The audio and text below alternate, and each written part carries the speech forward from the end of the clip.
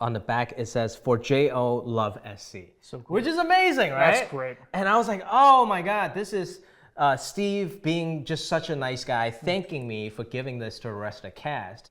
And then I realized everyone also got one. At first I thought it was just me, and then Ben Schwartz texted me. He's like, "Oh my God, did you get the gift?"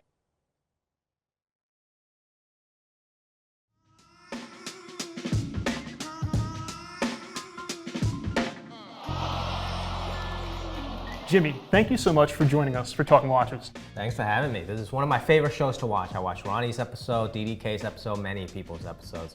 I'm just a fan. You have some great watches that you brought here today. Uh-huh. I'm excited to get into it and talk about them. Uh-huh. And why don't we start with this Dragon Ball Z watch that we have right here. This, I would think, is probably the first watch I ever owned. It's a Trunks watch.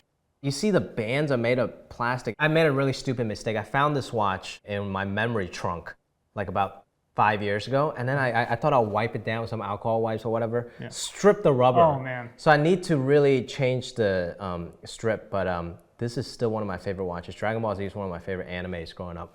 The favorite anime of anyone in Hong Kong. Okay. Really. We used to collect, me and my brother, these kind of foil cards and everything. And this was an ultimate collection. I was like the coolest kid in school. Very legit, still one of my favorites. Once I get it fixed, I'm gonna wear it again. And so this is a watch that you got when you were a kid, and you've obviously since kind of progressed onto finer watches, we'll say, but you still have this Dragon Ball Z watch in the collection. That's great. Can you appraise this? This is not the Antique Roadshow. Can you just tell me, like, it's like, this is actually worth $5,000 at auction. So the first watch I bought as an adult is this Marc Jacobs watch. I went to Nordstrom. I was about to do the Arsenio Hall show, my very first television appearance as a stand-up. So I was like, man, I'm gonna go to Nordstrom and buy some nice clothes. I bought a $200 pair of Joe's jeans. Then I stopped by like the jewelry and perfume section at Nordstrom. And I just love the color of this watch, the blue with the leather band. I still love it. As you can see, I don't know what you call it. It got all smudged from the inside. Yeah, the crystal was a little fogged from the inside, it looks like. Yeah. Yes. Maybe some water got in there at some point. Yeah, it's not a well-made watch, okay? It looks good, and it was $200, which I thought was a lot of money. But I remember a month after shooting Arsenio Hall, the battery ran out, and also the watch just stopped working completely, even after I changed the battery. So I had to go into Nordstrom with my receipt and exchange for a new one. So I went from probably like a $5 Dragon Ball Z watch, waited, probably, this was what, say 7 years old, and then I was probably around 25 when I bought this for $200. And so from the Dragon Ball Z and then into the Marc Jacobs watch, where did you go next in terms of The watches? next one is actually my favorite one, the one I wore the most, the one I wore in my comedy special. I didn't go to any like fun summer camp, space camp. My dad sent me to a ping pong training camp in Guangzhou, China. It's this 1969 Pepsi. My dad would take me to every practice, every tournament game, and he always tried to give me a pep talk before every game. But you know, Asian parents, they're way too honest. So every pep talk just turned into an insult. Like he would come up to me and be like, Jimmy, you're going to play well, okay? Even though you're slow, even though you're weak, and you suck. I really wasn't like a super watch guy until I shot Crazy Rich Asians. Okay. And then I met Kevin Kwan, the author of the book. He is just a man of very fine taste. So he put me on game on like watches, perfume even, clothing, stuff like that. So I really have no interest buying like a $90 t-shirt. So I started researching watches, and I just thought this one looks so beautiful. The newer ones are like a little bulky, a little too big for my wrist, you know? Is that the one? Yeah, so That's this is really nice. Well, thank you. Yeah, this is a Batman. So this would be like the current production version of the GMT. Your 1675 is a little bit more refined. Same case diameter, 40 millimeters. It's a lot lighter. It's a lot lighter, and it's also just, it's not quite as bulky, I would say. You're exactly right. Yeah, which is good for my wrist. My wrist is quite small, so I love these vintage watches. And this is just so versatile. I can wear it formally or not, you know, it's like fun colors without being too dark and serious. So I love it. Yeah, I mean, beautiful matte dial, 1675. Pepsi GMTs are a classic. It's the original configuration of the GMT. Yeah, you know, and I would say this is the watch that when I just wear it out, bros would approach me and be like, hey man, it's a good watch. You know, my brother, I guess, he doesn't really know about vintage watches. Maybe now he does. But when he saw this Nick, he was like, oh, what is this? Start picking. And I was like, stop! Stop, what are you doing? You're gonna rip off my whole thing, you know? But yeah, this is my baby, man. And so now we're into vintage Rolex. Yes. So you've made a jump, we'll say. Yeah. What came next? Well, what came next is another vintage Rolex, this 1981 Datejust Jubilee band. I feel like every Asian dad had this when I was growing up. My dad actually has a fully gold one with a white face, but this is just so classic. Growing up in Hong Kong, everybody wore this one. It's like the sign of success, you know.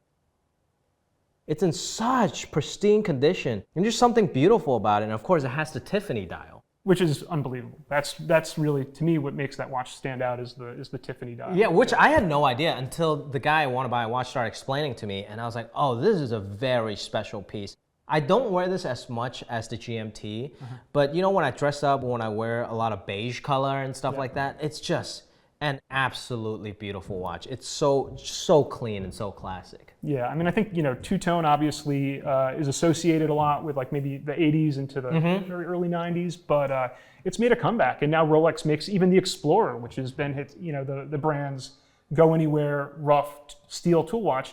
Now even the Explorer is available in two-tone. So Yeah. two-tone is coming back. My mom has always told me not to buy a two-tone. He's like, if you buy a two-tone, people that buy two-tones are people that can't afford the full gold. I'm like, I don't know about that. You know, I really love this watch. And when I put it on my wrist, it fit perfectly. Whoever owned it before me must be a woman with a very fine wrist. So it was perfect. I didn't have to add links or remove links. It was just absolutely perfect. I was like, I have to buy this. So I actually took like a couple weeks, did my research, try some other ones, and there was just nothing more perfect than this.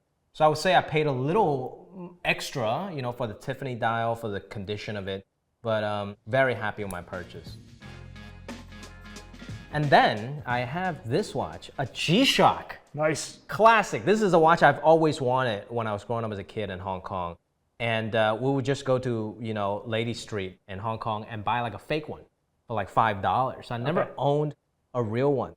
So when I was shooting this movie Love Hard, Josh Lin. Great movie, by the way. Thank you. He reminded me of a younger version, a more insecure version of myself, very sporty, not very good at talking with girls, things like that. And I was like, man, wouldn't it be great if he just wore G-Shock? So like I just had this epiphany at night, like 12 a.m. and I sent an email to the costume designer and the prop master, and they were both like, yes, absolutely, love that idea. So we just picked and choose like scenes where we wore this watch to look a little more sporty. Like the scenes when I was rock climbing. The key is to not focus on the wall, but to focus on your first move. Here, look at this. And then your second, okay? On to your third. See, great things are done by a series of small things brought together. That's actually very insightful. Van Gogh. I still don't know how to work the function of this watch. I think the timer has been on for 2 years and 20. I have no idea. There's just a lot of buttons. But this to me, it's a very special prop watch that I actually wore on the movie. And this, I forced the prop department. So this was just part of movie budget. Yeah. And I get to keep it. It's probably like, what, $300? I don't know exactly, but that sounds probably about right. But at auction, since I wore this Josh Lin, this would be what? I mean, it's got provenance now, man. 30 grand? I'll pay you that for that. Okay, there you go. We got a deal. And then after that, this is our good friend Eric Wynn. I was in Vancouver shooting Space Force, and he was like, oh man, I just did a collab with Seiko and Rolling Blazers. Would you like a watch? And I was like, yes, absolutely. But I kind of maybe strong-armed the guy a little bit. I was like, Eric, man, you know, I'm shooting this show, and I love my whole cast, you know. Is there a way you can send me some extra ones I can give it to the cast?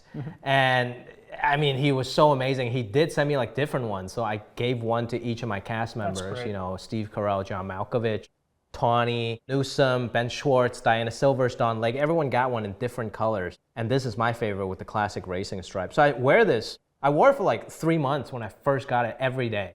It's just so sporty and fun, especially in the summer with like a short sleeve shirt. And Seiko, it's kind of like the Asian Rolex, so I got to rep it. You know what I mean? Yeah, I mean, in the Seiko 5, too, in particular, Rowing Blazers is such a cool collaboration for the Seiko 5, but the Seiko 5 is, it's an affordable watch that's like, really well made, and it's a lot of people's entry point into collecting mechanical watches actually is the Seiko 5. Yeah, it's really, really cool, and everybody loved it.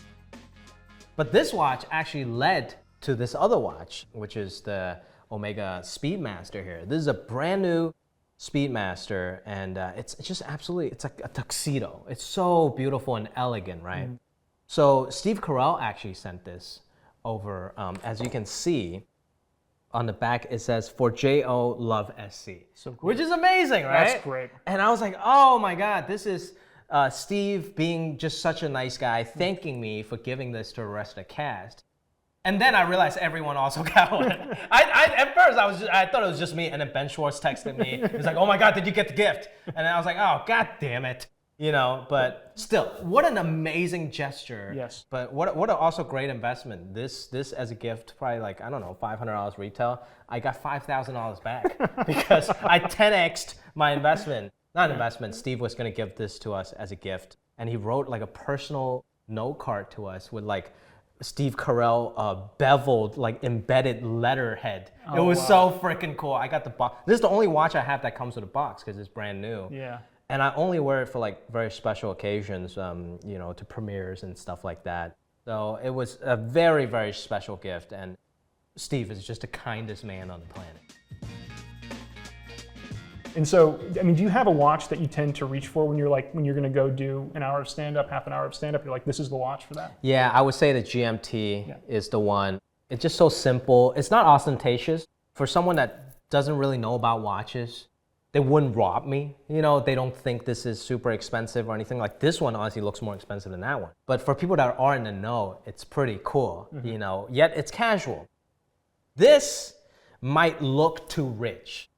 Because as a stand-up, you don't want to, nobody want to laugh at your jokes about you complaining about your life when you look like you got money on stage. Right. You kind of almost got to dress down. That's why some comics can wear a suit like Ronnie, like John Mulaney. I can't. I tried it once. I wore a suit, dressed up, decked out, nice watch with, Prada shoes.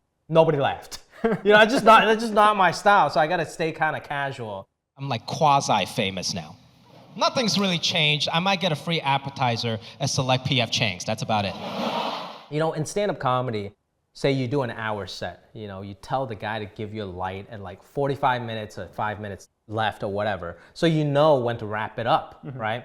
But for me, I was like, you don't even need to give me this light because I know I got an hour on my watch. All I have to do is just flip my wrist, reference to it. So it's actually very functional for me. And especially with this day and age with all this technology and stuff like that, I don't want to reach into my phone every time to check the time and I end up checking 5 apps on top of that. Yeah. So I just have a watch that keeps me honest.